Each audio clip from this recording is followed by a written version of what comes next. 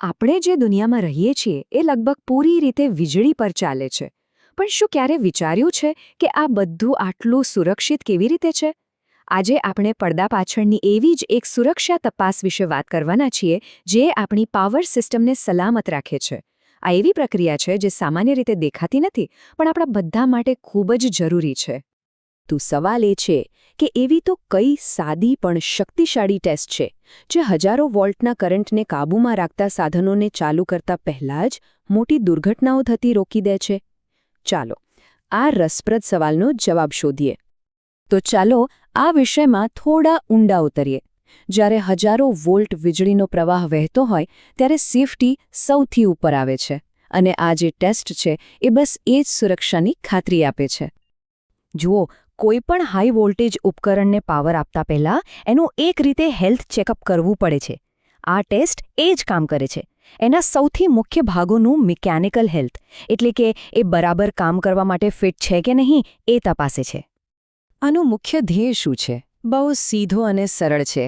જ્યારે વીજળી ચાલુ હોય ત્યારે કોઈ પણ ભાગ ફેલ ન થવો જોઈએ, કોઈ દુર્ઘટના ન થવી જોઈએ. બસ આ વિનાશક નિષ્ફળતાઓને રોકવા માટે જ આ બધું કરવામાં આવે છે. અને આ જ વસ્તુ સુરક્ષિત અને ભરોસાપાત્ર કમિશનિંગની ખાતરી આપે છે. હવે કમિશનિંગ શબ્દ થોડો ટેકનિકલ લાગે છે, પણ એનો સીધો અર્થ છે કે કોઈપણ સિસ્ટમને પહેલીવાર ચાલુ કરતા પહેલાં એને દરેક રીતે ચકાસી લેવી. આ ટેસ્ટ એ જ સુરક્ષાની ગેરંટી છે. તો આટલી મહત્વની ટેસ્ટનું નામ શું છે? એને કહેવાય છે મિકેનિકલ ઓપરેશન ટેસ્ટ. એકદમ રક્ષક જેવું કામ છે આનું, જે ખાતરી કરે છે કે પાવર ચાલુ થાય એ પહેલાં બધું યાંત્રિક રીતે એકદમ પરફેક્ટ છે. ચાલો આને વધુ સરળ રીતે સમજીએ. જે સ્વિચ ગિયર હોય છે, જેને પાવર ગ્રીડની સૌથી મોટી સેફટી સ્વિચ ગણી શકાય, એ બરાબર કામ કરે છે કે નહીં એને વીજળી આપતા પહેલાં આ ટેસ્ટથી ચકાસવામાં આવે છે. ઓકે, તો આ ટેસ્ટના મુખ્ય હેતુઓ કયા છે? ચાલો એના 3 મુખ્ય લક્ષ્યો પર એક નજર કરીએ કે આનાથી શું હાંસલ કરવામાં આવે છે. તો આ 3 મુખ્ય હેતુઓ છે. પહેલું કે બ્રેકર એકદમ સ્મૂધલી ખુલે અને બંધ થાય. બીજું, એને ચલાવનારું જે મિકેનિઝમ છે એ ભરોસાપાત્ર છે કે નહીં. અને ત્રીજું, એમાં જે સેફટી ફીચર્સ છે જેમ કે મિકેનિકલ ઇન્ટરલોક એ બરાબર કામ કરી રહ્યા છે કે નહીં.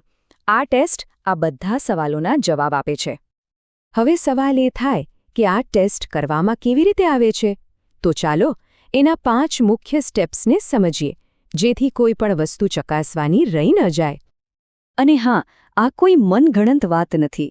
અહીં જે પ્રક્રિયા બતાવાઈ છે એ સીધી એક એન્જિનિયરિંગ કમિશનિંગ મેન્યુઅલમાંથી લેવામાં આવેલી છે, એટલે કે ફિલ્ડ પર એન્જિનિયર્સ આ જ રીતે કામ કરે છે.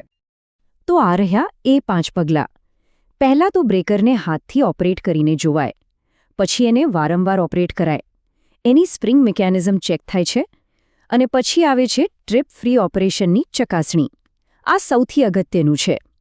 એનો મતલબ એ કે જો કોઈ ફોલ્ટ હોય તો સિસ્ટમ તરત જ બંધ થઈ જવી જોઈએ અને કોઈ એને જબરદસ્તીથી ચાલુ ના કરી શકે.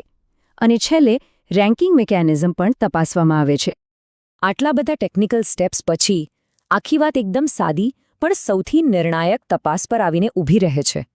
અને જાણીને કદાચ નવાઈ લાગશે કે એ તપાસ કેટલી સરળ છે. અને શું છે? બસ એટલું જ કે કોઈ અસામાન્ય અવાજ કે ઝટકા નહીં. આ જ છે મુખ્ય મુદ્દો.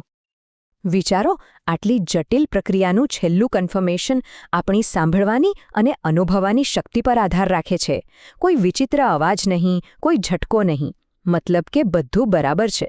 આ જ સુરક્ષાની અંતિમ પુષ્ટિ છે જેમાં ટેકનોલોજી અને માનવ અનુભવ બંનેનો ઉપયોગ થાય છે.